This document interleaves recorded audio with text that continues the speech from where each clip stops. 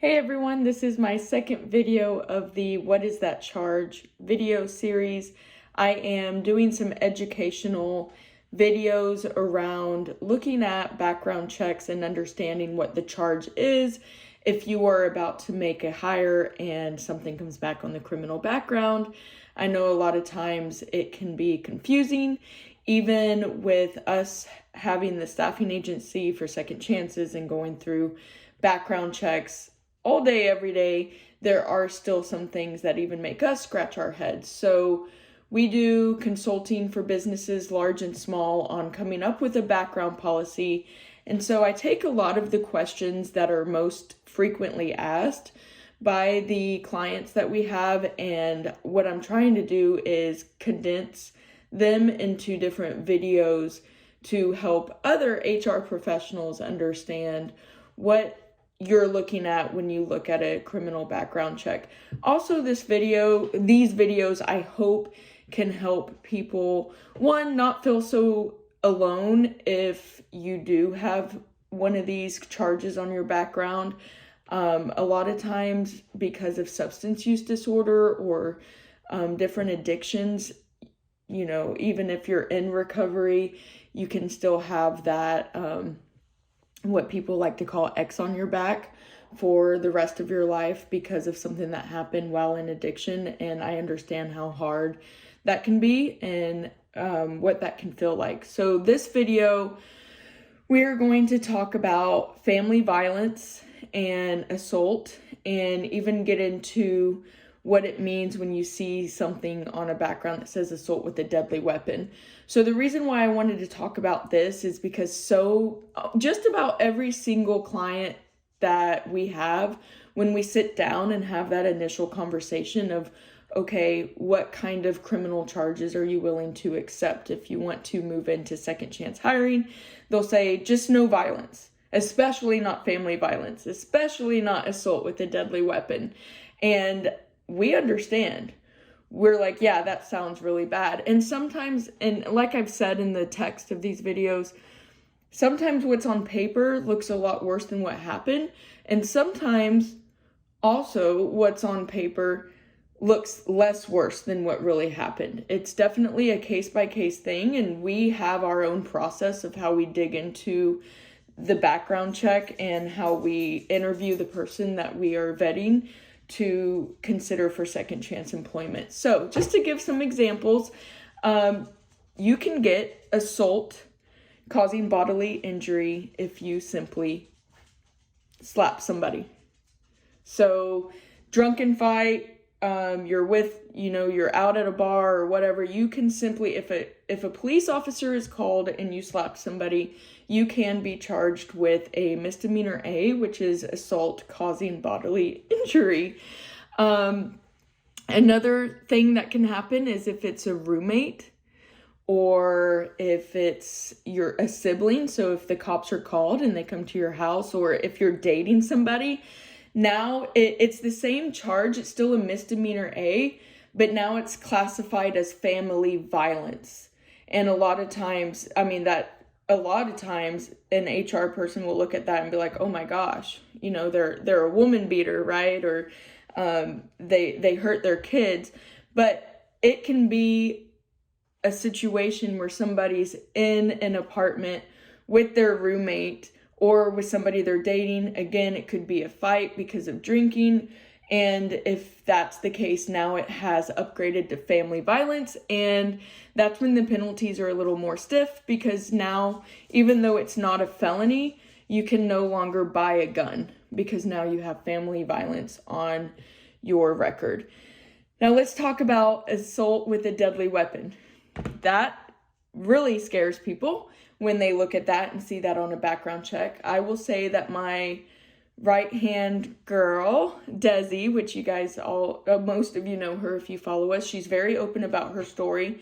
She has a couple of counts of assault with a deadly weapon. And when you think assault with a deadly weapon, I know for me, before I got into this business, I pictured like gun to head with threats, right? But she was in her addiction and got in her car and saw her boyfriend in the car with somebody else and repeatedly backed up and hit their car. So at that point, and it was 2 counts of assault with a deadly weapon because there were 2 people in the car. Today, she is several years sober and doing amazing, but that is something that will still follow her for the rest of her life as she's trying to get employment. So what else is there? So assault with a what can be considered a deadly weapon? Obviously guns.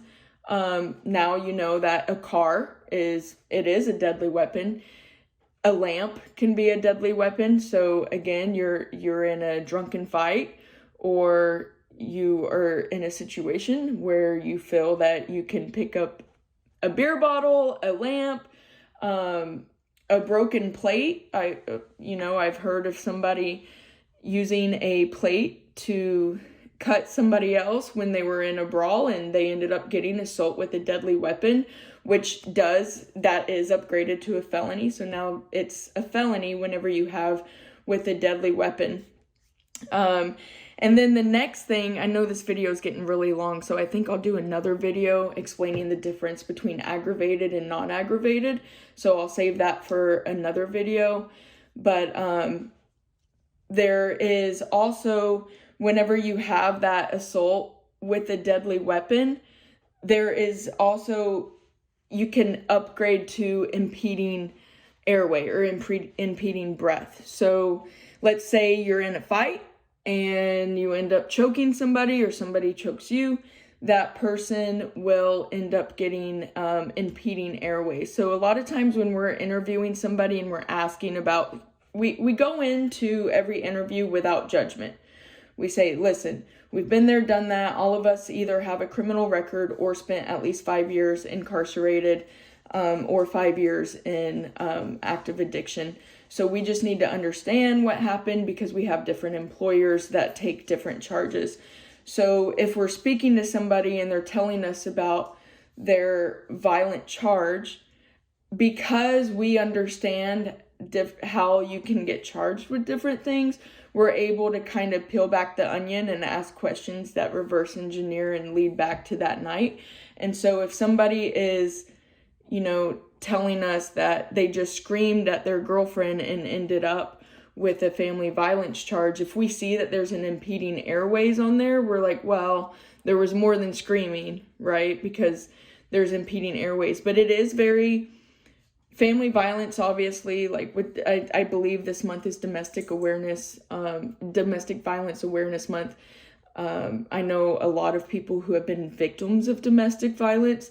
So it is it's a touchy subject, because, we want to protect people and make sure people aren't being assaulted and make sure that family members are safe from their abusers. But at the same time, there's a lot of different times that people can be charged with family violence for simply screaming at their significant other, or getting in a, I don't know about you guys, but I've had some family Christmases where there's been a lot of commotion. So I do these videos to instead of just help people whenever they're looking at a criminal background check, like instead of just looking at the background check and be like, family violence, to have a better understanding that there's different situations and different scenarios that can cause people to have certain charges. So in the next video, I will go a little bit more into the difference between aggravated and non-aggravated, and when it's misdemeanor and how it gets upgraded to a felony. These videos can only be 10 minutes long, so I'm already at 9:16, so I'm going to end this video, and I will see you guys next time. Bye. I hope this helped.